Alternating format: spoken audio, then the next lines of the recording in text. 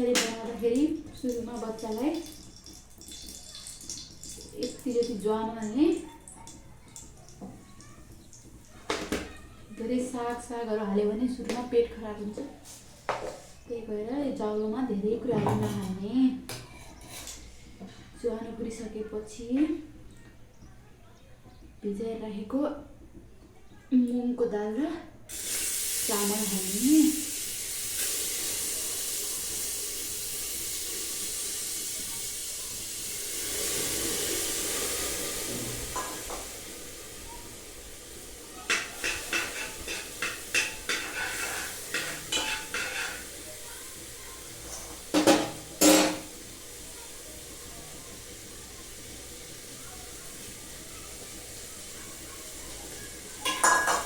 यसरी चामल भुटिसकेपछि चाहिँ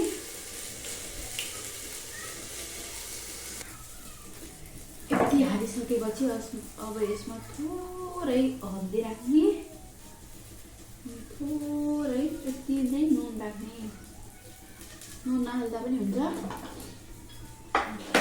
आजभोलि नुन चाहिँ नहाल्नु भन्छ है डक्टरहरूले।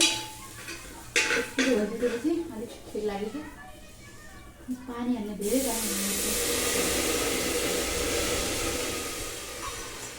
धेरै हाल्नु होला बच्चालाई। धेरै गिलो चाउलो चाहिन्छ। अब यसमा 4-5 सिटी लगाउने।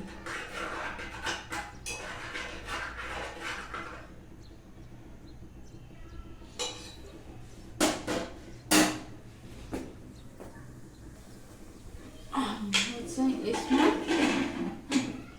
4-5 सिटी लाग्न दिने।